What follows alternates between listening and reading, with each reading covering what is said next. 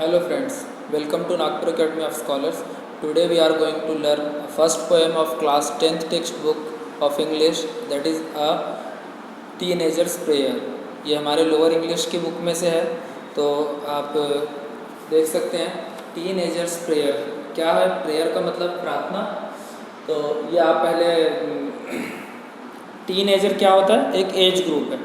तो आप कैसा है कि टीनेजर किसको कहते हैं, जो एज जिन वर्ड्स जो हैं ईयर के, जैसे 13 to 19, इनमें टीन आ रहा है 13, तो इसलिए इनको टीनेजर ईयर कहते हैं। जैसे आप अभी कौन से क्लास में, 10th क्लास में, आपकी एज क्या होगी 13, 14, 15 और 16 ईयर। 14 to 16 नॉर्मली एज रहती है इसमें, आप जैसे 10th क्लास में हैं तो अभी इसमें जो इसके अलावा भी एज ग्रुप्स रहते होंगे, तो उन चीज़ों का आइए हम देखते हैं। ये एज ग्रुप है। सबसे पहले जैसे हमने लिखा है इसको इन्फेंसी की जो एज ग्रुप होती है, इससे पहले क्या होता है, इससे पहले प्रेगनेंसी होता है कि पेट में है बच्चा। उसके बाद जैसे इन्फेंट है यानी पैदा हुआ, उसका 0 से मतलब है डे 1, पहले दिन से। तो डे 1 0 या फर्स्ट डे से लेके 1 ईयर तक, up to 1 year it is an infant. ठीक है। इसके बाद होते हैं टॉडलर ईयर्स। टॉडलर जब मतलब बच्चों का लड़खड़ा कर चलना शुरू हो जाता है, उसको टॉडलर ईयर्स बोलते हैं। तो ये कब से होता है, 1 साल के बाद से शुरू होता है और 4 साल तक रहता है, यानी 2 से 4 भी कहते हैं इसको, और 1 साल के बाद से लेके 4 साल से पहले तक। इसके बाद आता है बचपन, जो चाइल्डहुड है। तो चाइल्डहुड कितना होता है, 4 ईयर से, इसके एंड के बाद टॉडलर के बाद 4 से लेके 8 ईयर तक ये हमारा चाइल्डहुड रहता है। इसके बाद है पबर्टी की एज, 9 से 13 तक होती है। ये एडोलेसेंस का फर्स्ट पार्ट है। एडोलेसेंस ईयर 9 to 18 होता है, लेकिन ये पबर्टी उसका फर्स्ट पार्ट है। उसके बाद होता है ओल्डर एडोलेसेंस, 14 to 18 ईयर्स का। तो पबर्टी कब होता है, जब हार्मोनल चेंजेस शुरू होते हैं बॉडी के अंदर, उसको पबर्टी बोलते हैं, 9 to 13 ईयर्स। इसके बाद है ओल्डर एडोलेसेंस एज, जो 14 से 18 होता है। ये फिर हमारा टीनेजर, जिसके नाम पे ये पोएम है, तो वो टीनेजर कहाँ से होता है, 13 से 19 तक। इसके बाद अडल्टहुड आता है। अडल्ट कहाँ से होते हैं, 18 ईयर से शुरू होता है। 18 ईयर के बाद अडल्ट हो जाते हैं। वो राइट टू वोट वगैरह जो है इसी एज पर आता है। लाइसेंस वगैरह आपके ड्राइविंग वगैरह के जो गियर व्हीकल्स के रहते हैं, वो भी यहाँ पर ही मिलते हैं। तो 18 साल से बाद लेकर एंड ऑफ द लाइफ तक ये एज आप रहते हैं अडल्टहुड में। मिडल एज 31 से 50 ईयर तक रहती है। इसके बाद सीनियर या ओल्ड एज है, वो 51 से लेके एंड ऑफ द लाइफ तक होती है। ठीक है। प्लीज़ ये आप इसको राइट डाउन कर लीजिए, पॉज करके वीडियो, क्योंकि ये एक जनरल इन्फॉर्मेशन में काफ़ी इंपॉर्टेंट है, इसलिए मैंने आपके लिए इसको बताने के लिए यहाँ पर रखा है। Okay, let's start with our poem, that is a teenager's prayer. आप देख सकते हैं टीनेजर्स प्रेयर के बारे में, तो अब इसको हम शुरू कर रहे हैं। Each day brings new beginnings, each day brings new beginnings, हर दिन नई शुरुआत लाता है। तो ये जो सेंटेंस है, ये है तो पोएम, लेकिन इसमें भी टेंस वगैरह बाकी सब चीज़ों का, ग्रामर का इस्तेमाल होता है। थोड़ा ग्रामर को हाईलाइट करते हुए चलते हैं, जिससे आपको ब्रेन में थोड़ा एक्टिविटी है कि कौन सा टेंस है, क्यों ऐसा ट्रांसलेशन हो रहा है, इन चीज़ों पर आप फोकस कर सकें। That's more important, because of हम ये कोई कहानी या कविता पढ़ने के लिए किताबें नहीं पढ़ रहे हैं। ये इतनी बुक जो लिखी गई है हमारे इंग्लिश सीखने के लिए लिखी गई है।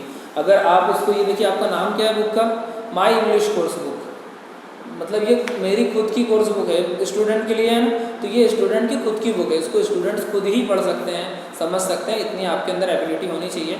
अगर नहीं है तो आपको क्या करना है, मैं समझा रहा हूँ, आपको समझना है, और उसके बाद आपको हर लेसन पर इतनी प्रैक्टिस और कमांड रखनी कि आप उसको खुद से समझ सकें। Each day brings new beginnings, हर दिन नई शुरुआत लाता है। ईच डे, हर दिन, ब्रिंग्स न्यू बिगनिंग्स, ब्रिंग्स यहाँ पे वर्ब है, उसमें यस लगा हुआ है। ब्रिंग का मतलब क्या होता है, लाना। जैसे मशहूर सेंटेंस है, bring me a glass of water, मेरे लिए एक गिलास पानी लाओ। तो ब्रिंग का मतलब क्या होता है, लाना। तो यहाँ पर यस लगा हुआ है, यानी ये प्रेजेंट इंडेफिनाइट टेंस है।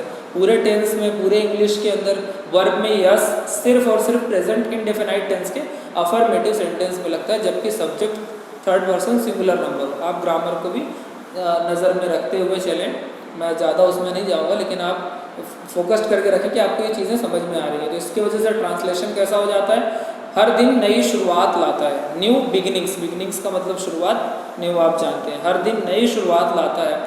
डिसीजंस आई मस्ट मेक, जो फैसले हैं वो मुझे ही लेना है।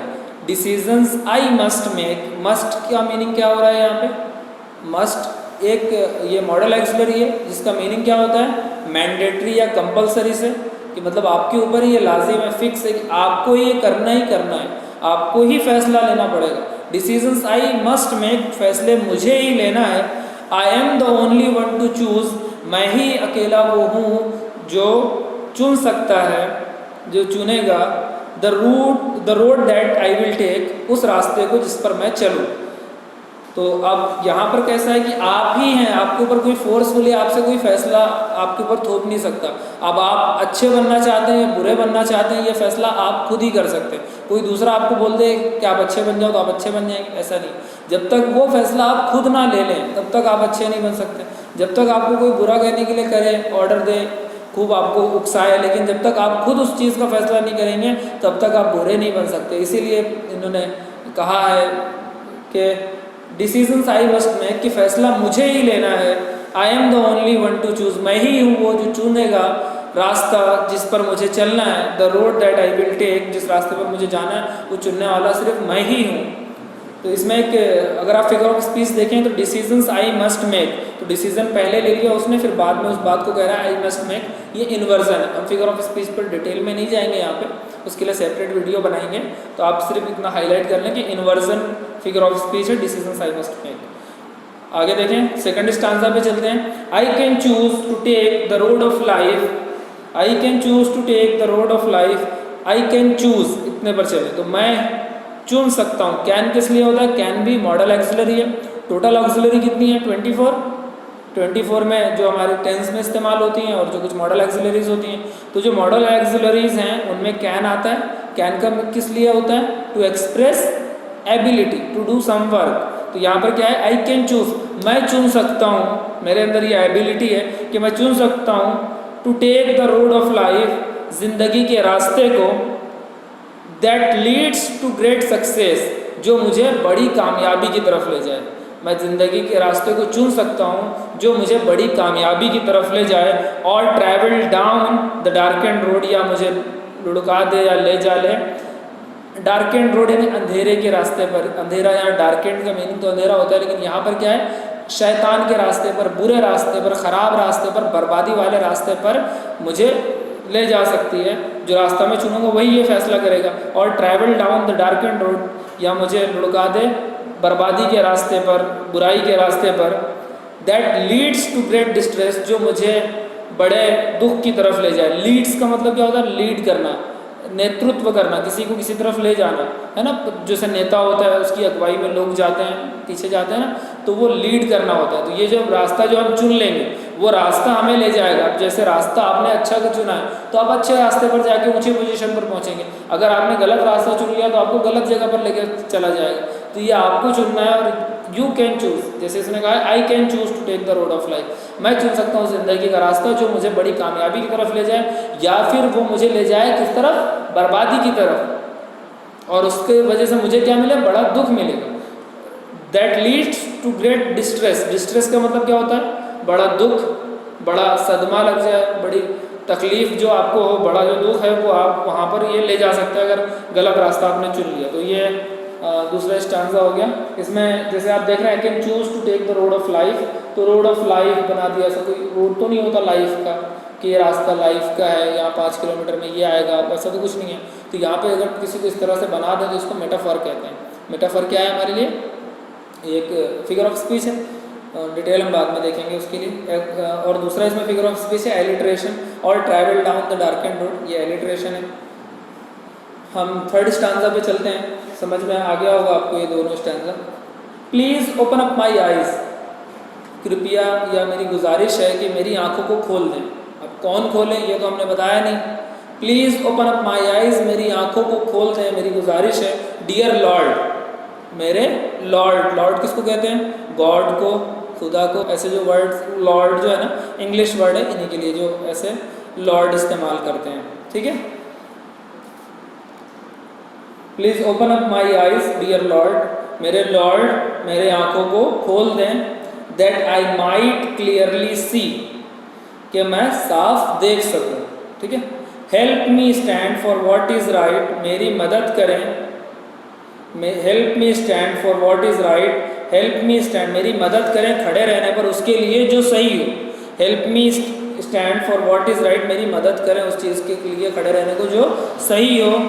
देखिए कैसा है कि अब आपको यहाँ पर अपने आपको बनाना है। अगर आपको कोई आप अपने किरदार को बनाएंगे, जैसे आपको कोई दोस्त है वो कोई गलत काम करे और कोई आपका दुश्मन है लेकिन वो सही हो, तो आपको किस चीज़ को चुनना है? सही के लिए। आप किसी का भी साथ इस वजह से नहीं देंगे कि वो आपके करीब का है या कुछ है, बस आप इस चीज़ को देखेंगे कि सही क्या है। तो इसीलिए वो प्रे कर रहा है कि मेरे अंदर इतनी ताकत नहीं है, मैं इतनी प्रार्थना या दुआ कर रहा हूँ कि मेरी मदद करें उस चीज़ के लिए खड़े रहने के लिए जो सही है। Bring out the best in me, मेरे अंदर से निकालें जो सबसे अच्छा मुझ में हो। देखिए अच्छाई सबके अंदर रहती है, अगर आप अपनी अच्छाई को निकाल कर अच्छे कामों में इस्तेमाल करेंगे you will be A successful man. अगर आप अच्छे चीज़ों को नहीं निकालेंगे, बुराई को निकालेंगे, तो इससे क्या निकलने वाला है? आप एक नुकसान में चले जाएंगे।